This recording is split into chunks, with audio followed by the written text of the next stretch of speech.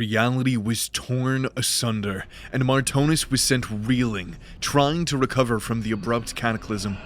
He had no idea what was happening, a feeling that was becoming all too common. One moment, he was asleep, his mind and soul being torn apart by the creature that dwelled there. The next, he was sprawled across the floor, screaming and heaving. The pain was like nothing he had ever felt before. Except he had felt it before. It felt eerily similar to being pulled fully into the veil. Was Reaper trying to fully pull him to the other side? No, he didn't think so. But either that or... "Reaper!" he called out. The screaming mass emerged from his subconscious. "What has happened?" His voice pierced Martonus' mind like a dagger. "I was hoping you could tell me," he said through the pain. Something in the veil. Someone has torn a hole." "That doesn't sound good." "It isn't. It's coming from the palace." Of course it was. It seemed that whatever the brood was planning was well underway, and that left him very little time. He struggled to lift himself off the floor. He felt his strength being sapped away with every breath. After he returned from Minda's the previous day, he had taken another room across the hall from the boy. Close enough where he could hopefully tell if anything happened, but not close enough to endanger him with his own condition. He hastily put on his coat and headed out of the inn onto the dark streets of Vastron. Tatarin had rarely felt so much power in his entire life. It had been an hour since he had first opened the gateway into the Vale, but he was still feeling intoxicated from the experience. He lay on his lavish bed with eyes wide open, unable to sleep, unable to think about anything other than the implications of what he had just done and the possibilities that awaited him. After holding so much power and seeing what he had been able to accomplish with it, his shock broke his focus, and he quickly let the gateway collapse. Professor Welox had been mildly injured, and due to his blood treatment, Tatarin was unable to heal him. But thankfully, the injuries were minor, and after regaining some strength, he was able to heal himself with some lesser healing magics. After that, he went straight to work trying to find a more stable method of opening, closing, and exiting the portal. Tatarin had informed Lacine and the Herald of what they had accomplished, which sparked joy in the Queen and wide-eyed disbelief in his mentor. They also had begun preparations for their mission. They said that they would fetch him once the preparations were complete, saying that he should get some rest, as if he could rest after something like that, and with what awaited him. A knock at the door startled him more than he would have liked to admit. He hadn't sensed anyone approaching. He cleared his throat and sat up in his bed. "Come in," he called out. The door opened and Lacine entered. For the first time since he had known her, she wore something other than a lavish gown. Oh, the trousers and blouse she wore were still of remarkable design and material, but the tight leather pants tucked into pristine black boots and deep burgundy linen shirt wrapped in leather straps and harnesses that held it close to her form were much more practical than her favored dresses. She approached the foot of his bed and sat down. "We're doing this again?" he asked timidly. She chuckled. "Don't look so excited. Were you able to sleep?" He shook his head. "I doubted you would be able to. Come along. We're nearly ready." "Ready? Ready to go? So soon?" "Perhaps you'd rather wait a few more weeks," she teased. No, I'm just surprised, that's all." Professor Welox has determined what he believes is a way to guide us through the Veil, and allow us to exit if anything goes wrong. He is quite the genius. "Did he find a better way to stabilize the gateway?" "Unfortunately, no. Though he seemed quite sure you would be able to replicate what you did before. However, the loss of my gatekeepers was unforeseen." "I'm sorry. I lost control." Their lives mean little to me, but their knowledge will be hard to replace. Ah, well, that's a problem for another day. Come. She offered her hand, and he took it. Rising to his feet, she led him out into the hallway and towards the Hengegate, whispering under her breath as they went. If my theory of the fifth aspect is correct, entering the Val may prove dangerous for you. What do you mean? He replied, matching her volume. You will be surrounded by infinite and endless power, ripe for the taking. It will not be easy to maintain control, but we need that strength to break into the other world and do what needs to be done. She stops in the hallway and turned to him. Can you do it? Can you control it? Could he? He honestly didn't know. Control was the antithesis of hemomancy. Of course, directing the flow and learning how far one could go was important, but that only referred to expending energy, not absorbing it. He nodded his head regardless. Good. And do you have what it takes to do what needs to be done? What? To kill Brokken?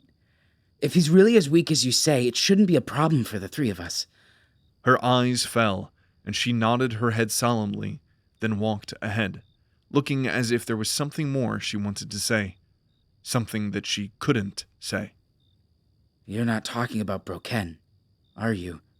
He asked, stopping her in her tracks. She stood there for a moment, her back still towards him. Can you do what needs to be done? She turned to him, a mixed look of sadness, regret, and hatred on her face. Neither of them will ever be weaker than they are now. Think of all you could do, all you could accomplish.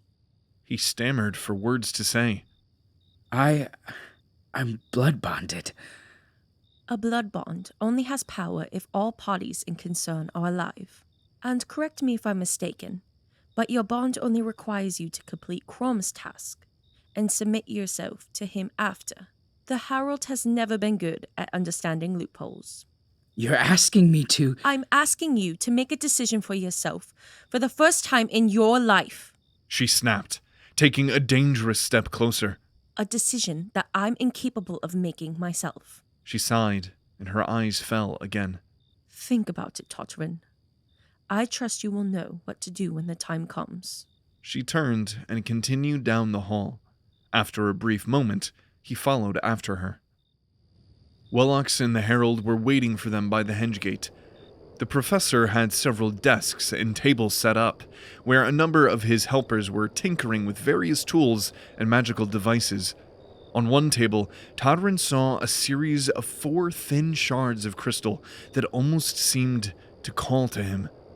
He could feel them radiating an immense power. Tatarin assumed that the professor wasn't joking about having veil shards. Veil shards, or more commonly soul shards, were sources of incredible power, though not a power hemomancers like him could traditionally access. Perhaps that was about to change. Welox glanced up as the two of them entered, then quickly positioned his hovering apparatus near the table. This veil shard is bound to this place, or more specifically, to this shard. A small brass appendage extended from his device and gestured to 2 distinct veil shards on the end of the table. The veil is a chaotic and dangerous place, but my research suggests that it is capable of forming to the minds and power of those traveling through it. My hope is that a connection such as this will be able to transport the holder of this shard back to this portal. In theory, at least. Only one is bound in this way? Tatarin asked. Unfortunately, yes. The professor was only able to bind the one on such short notice. And I need the others for other purposes. But as long as all 3 of you are connected through blood, it should bring you all back. Due to the nature of your abilities, one of the sanguines would have to initiate this connection. He said, looking between Lacine and the Herald. I will take it. The Herald and Tatarin will be preoccupied locating and breaking down the barrier.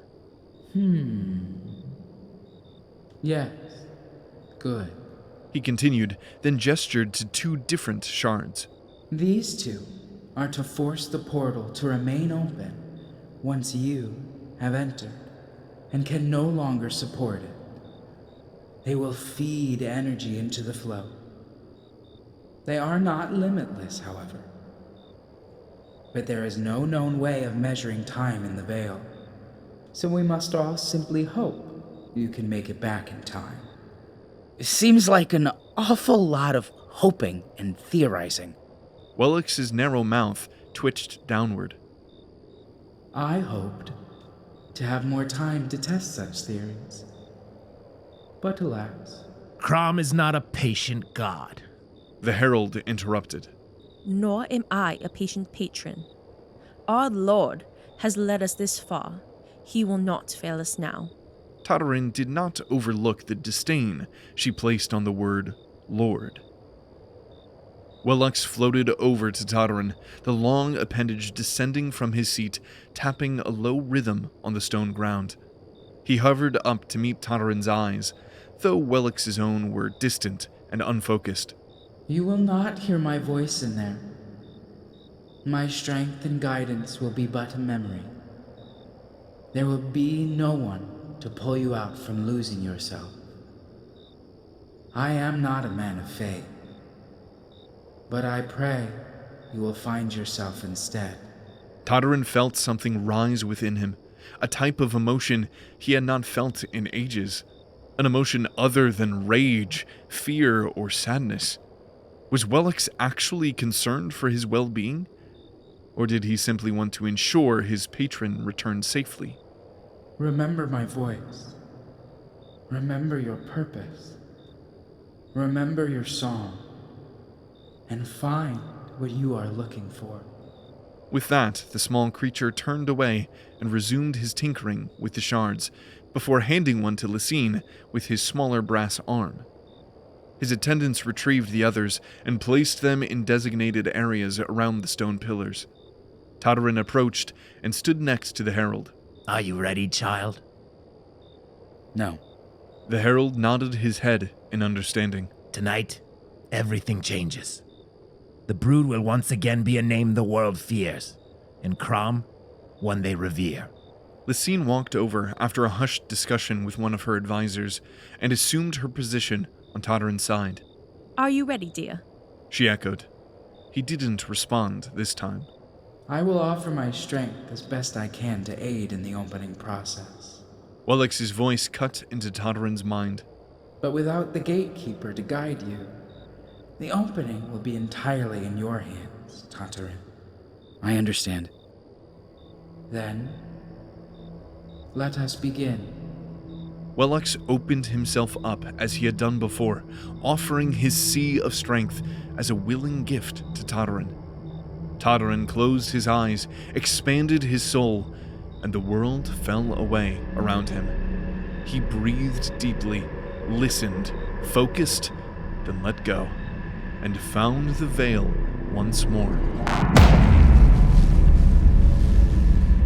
Martonus stumbled to the ground, the skin of his hands tearing against the rough cobblestones.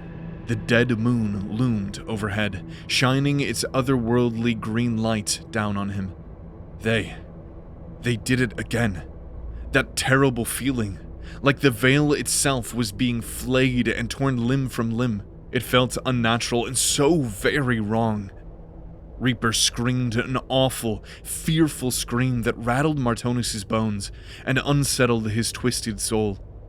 It was still late into the night, but a handful of the city's nightlife were wandering around the streets.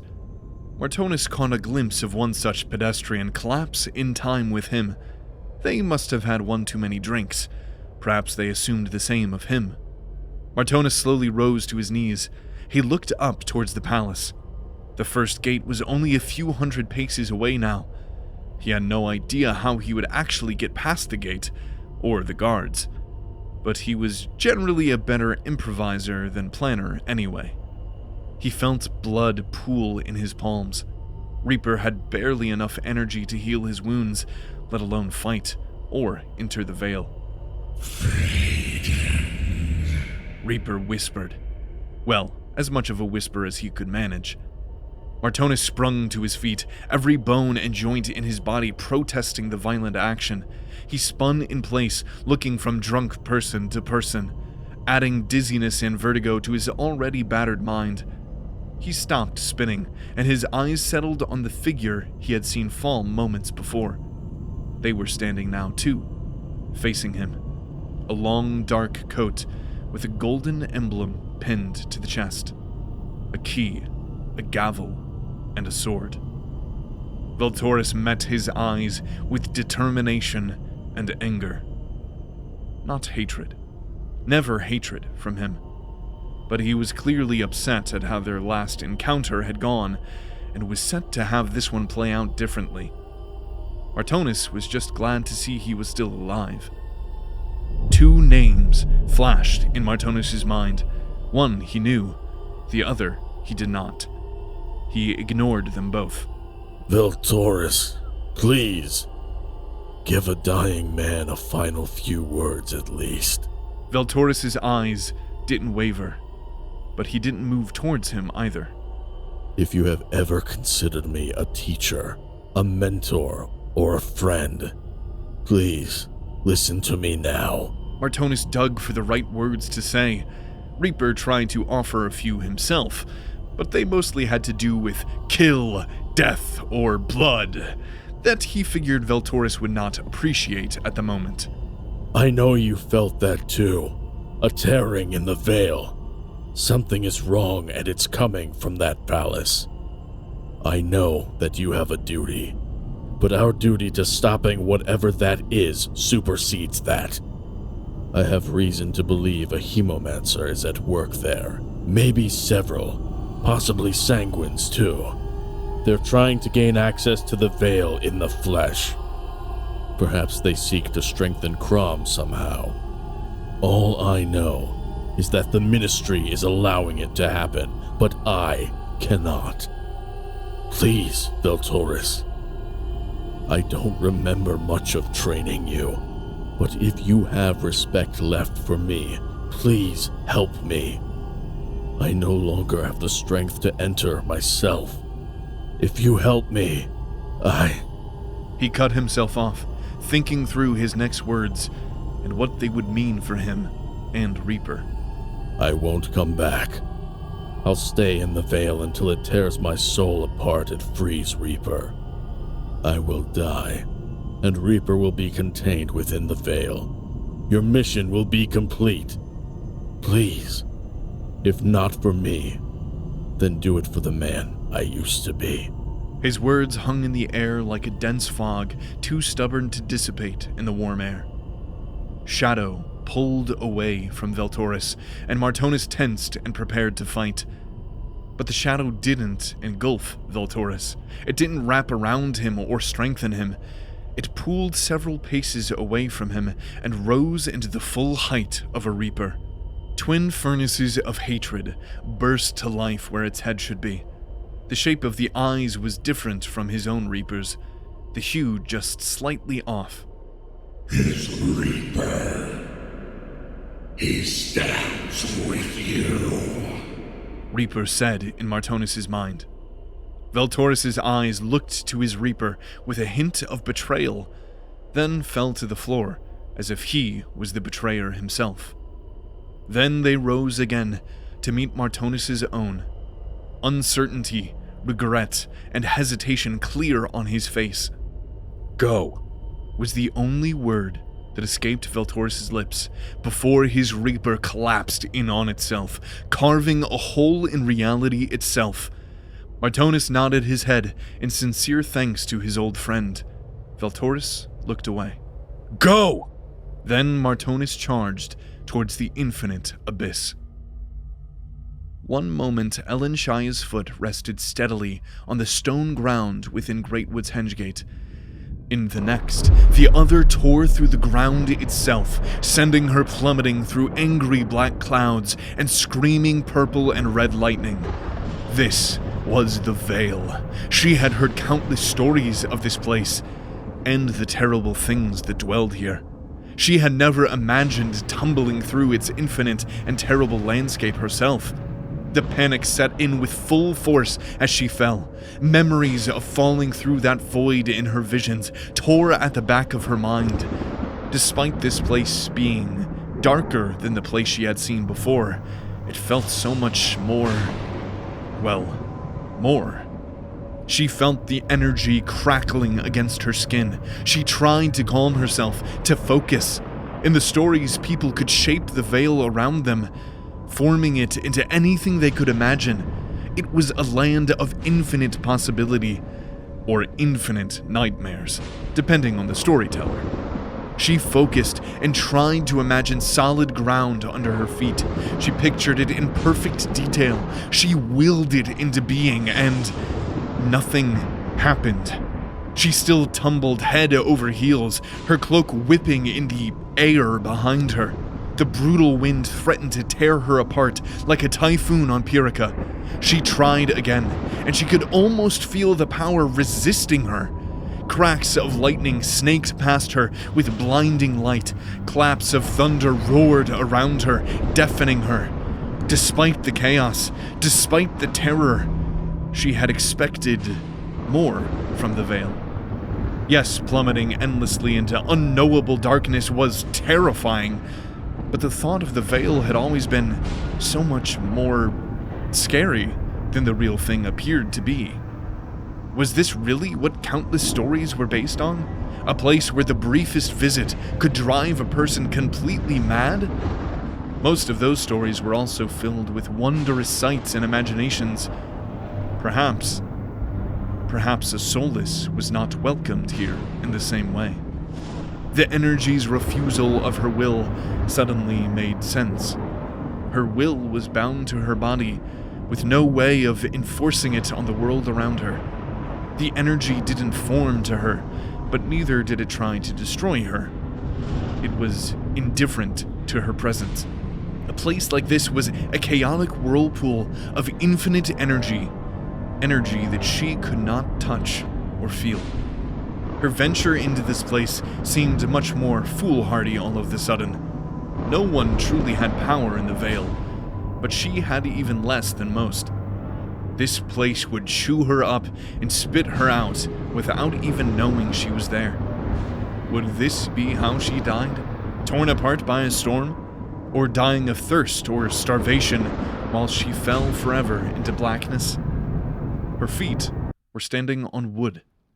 The wood swayed back and forth like the deck of a ship.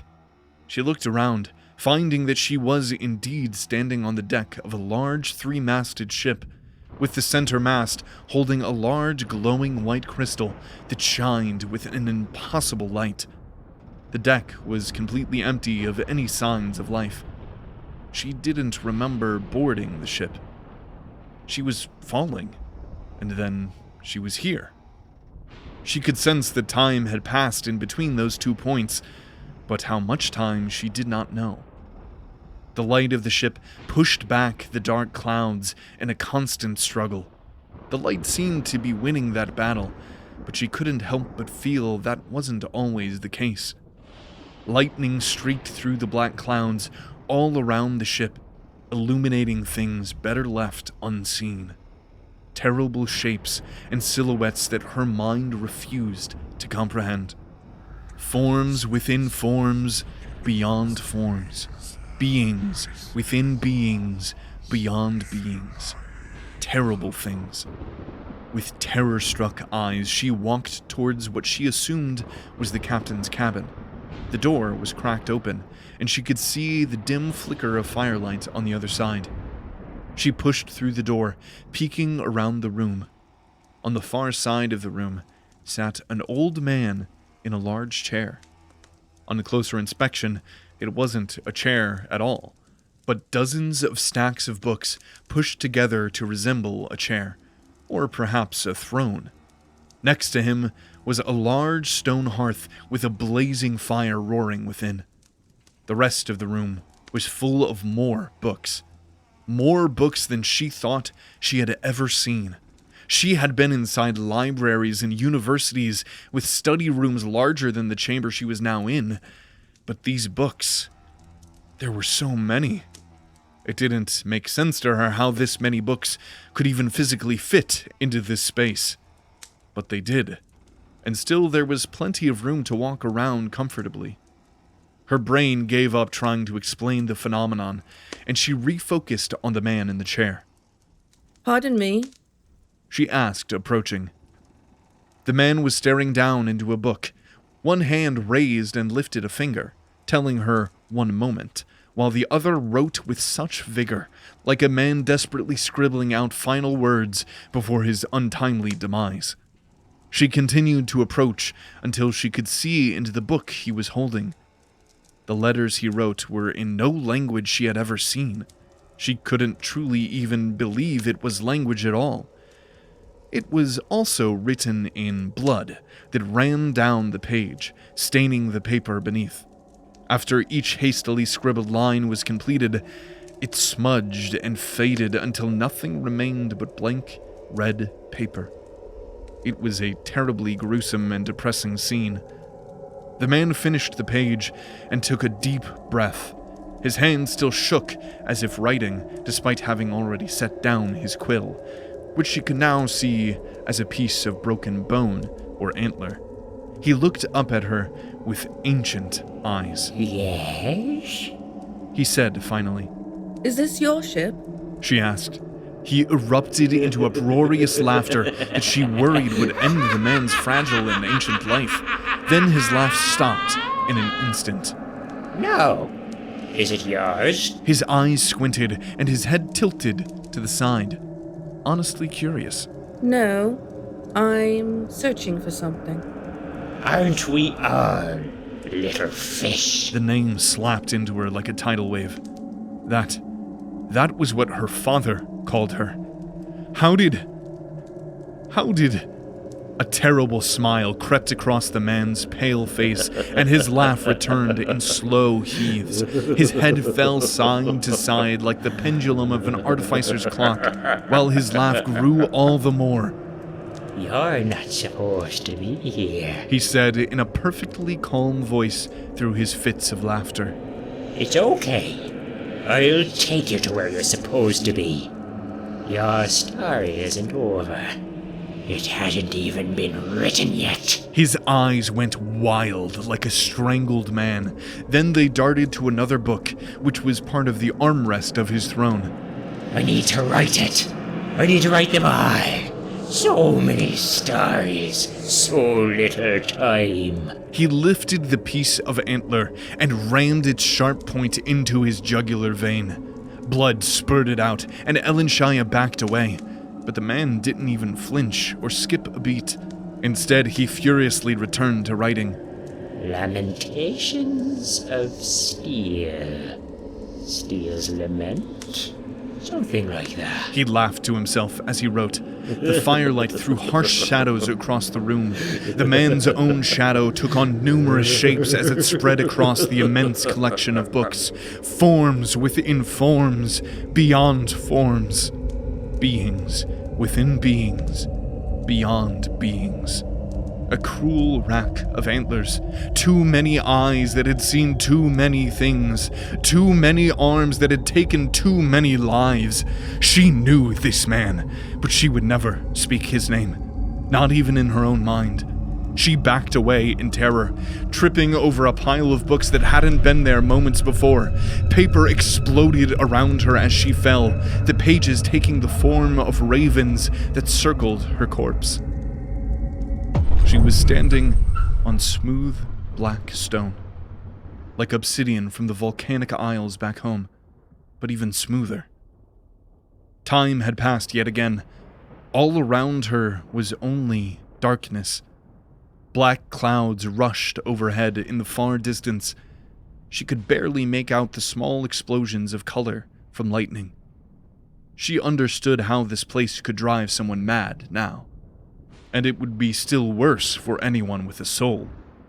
Come, she felt an impression. Free him, it prompted. She couldn't tell where the impression was coming from, but she had a feeling that she would find it anyway. And so she walked forward into the darkness.